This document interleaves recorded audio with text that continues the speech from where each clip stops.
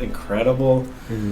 Even Oath versus I definitely feel like Oath versus Dragoreo just because of that upset. Well, let's see if he can do it again. Let's see how hungry E.T. Han is when it's not a match I think he's played yet.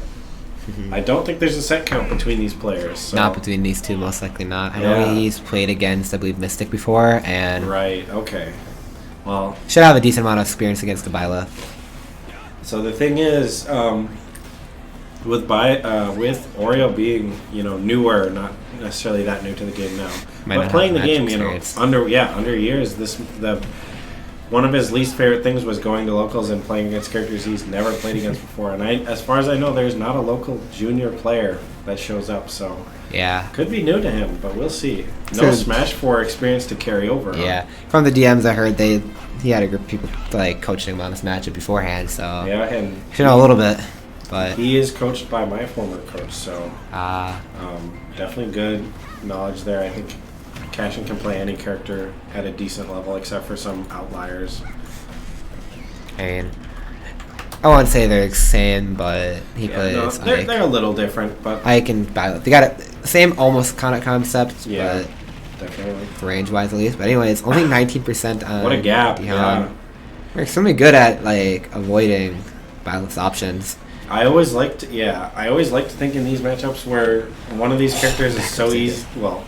Has a lot of potential to be gimped, and that's Bowser Jr. If you hit him out of Clown Cart, he could be dead instantly. I mean, the one thing I will say is I do feel like Byleth's most of their moves do enough damage to where the Clown Cart will come back. Because as far as I know, right. If you do enough damage, it will come back. No real wind box or like flame breath. But I know E.T.Han's pretty confident in this matchup. I do have like a few 100 hours in Byleth when they release, so he knows the bread and butters. He knows how to DI the down throw. That's how to the up Bs, but they're really good so far. Yeah, it's showing. It's definitely showing. I think a lot of people are 2 out of 2 for today, with people falling for the up B air dodge swing in the back of the head recovery. It works even on PR players. It gets if me. You don't know the matchup. I watched him do it 3 times in a set to Gladys Gray, who just recently was PR. Oh, that's right. That's where I was seeing E.T. Han before, I believe. They went game 3. Yeah, tier 1, I think. Back air will take it. Yeah, interesting. There is.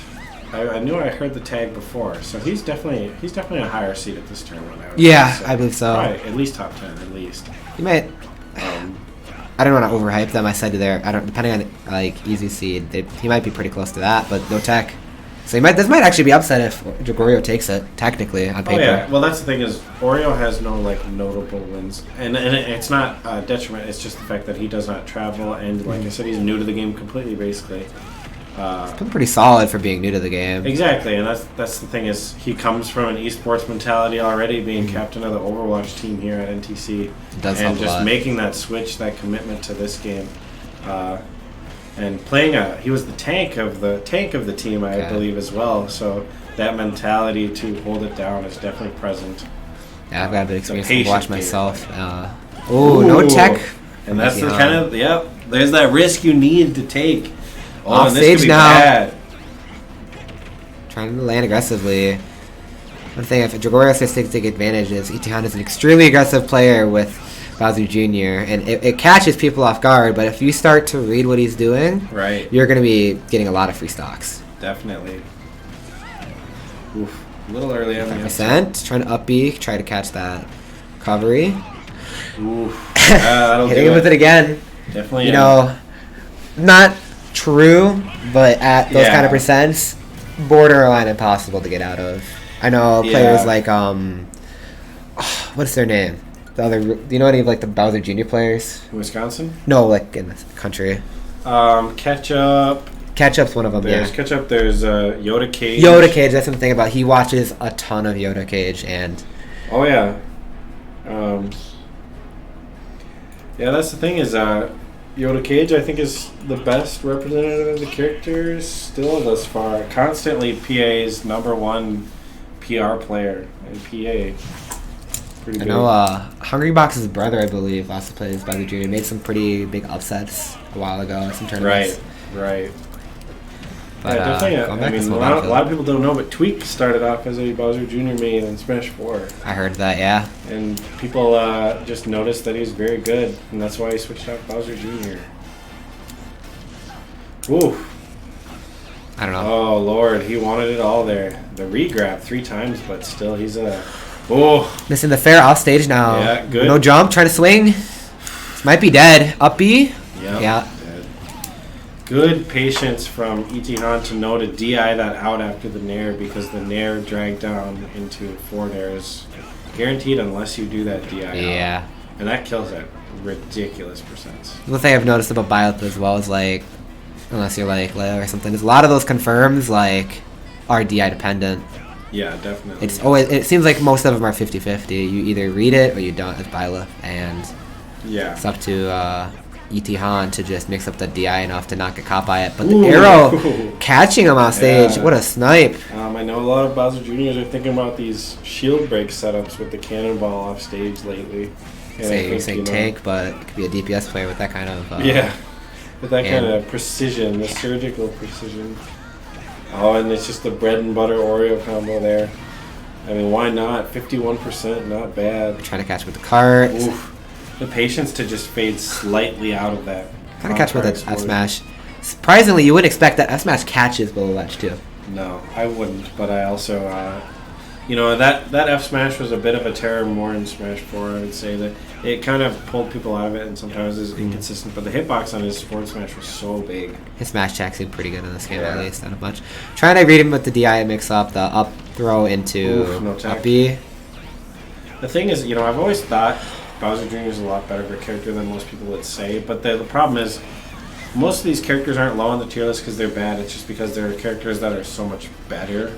And I don't think can it happen again? I don't know. I'm a firm believer that Bowser Jr. is, and it's just from my matchup experience with this, is like one of the worst characters in the game if you know the matchup extremely well.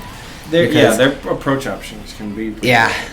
Against a lot of the cast too. Like maybe not against Byleth specifically, but there's so much of the cast just. I think their aerials are very good. They are. The aerials are all serviceable. They all combo into each other for the most part. The jab killing is a good plus. The jab locks are very underrated on Bowser Jr. and they're very easy to start with the Nair. Yep. They're close. They're so close to being a good character. Like if just a few more things were like they don't have in the corner. They don't have the shenanigans needed. Ooh, F smash weak spot. Got the sweet spot that might have actually killed, but Ethan on the back foot now. ET hand. Sweet spot definitely would have killed. Oh no. No, and you hate to see that. But that's I think one thing Oreo's working on kind of is recognizing, hey, I don't need to go off stage. I have such a good lead here. Especially with Byleth. Yeah, I mean, Bowser Jr. you wouldn't expect it. Extremely slimy sometimes. He can stall you off stage for 20, 30 seconds, going under the stage, and like that. Like it seems happened a few times a set where not expecting a move, hitbox come out, and getting punished for it. But game 3, going back to Small Battlefield, they both must love the stage. Let's see if Dragoreo can make the change here. Towards the end of that second game was looking extremely good. Just a few very unfortunate mishaps. We're seeing a lot of adaptation. High cart, interesting mix up there. Off stage, almost caught him with the cart. Gotta be very careful against Bowser Jr. I think it's a little unnecessarily. Risks are a risk, but has it ever worked out so far? I think that's what he needs to think about. Surprised he's not trying to go for those down tilts. I know Bowser Jr.'s recovery you definitely can catch with down tilt. Even the air dodge sometimes, it does last long enough. He's too slippery for the Byleth up B catches, I think, and I think we just need to sit back and react to the ledge get up. That's the main thing we're fair catching it. Off stage now. An unfortunate SD. I think he thought he had his side B back. Definitely. And just dropped down. Really confident about that. Byleth's stage control can be a very frustrating character. But just he loves those smash attacks. It has not a lot of end leg, so there's not a lot of reason to do it. There's not much you can do to punish it. I don't know Byleth's frame data exactly, but I don't know how they can really punish that smash attack if it's hit right on their shield. Definitely. Dragoreo is still at the lead though, playing extremely well. Yep, I noticed when E.T. Hun has a bit of downtime, he does like to set up the Mecha Koopa for a little bit of extra stage assurance. It's just surprisingly good at, like, you know, like, let's say he wants to go for a smash attack like that. Just, the Koopa discards him. And catching him again with the cart into up B. Pretty much true. I wouldn't say exactly, but perfect timing. I think if he's... he timed that F smash a little bit earlier, he would have been fine. He's very slippery. Oh, and he gets hit by it again. He's just got a shield that he's just got. Oh, going extremely deep. The deepest making it back. Ever. Yeah, you're not the only one who can go that deep, honestly, Byleth. You gotta watch out. 42, 51, extreme damage. Going off stage.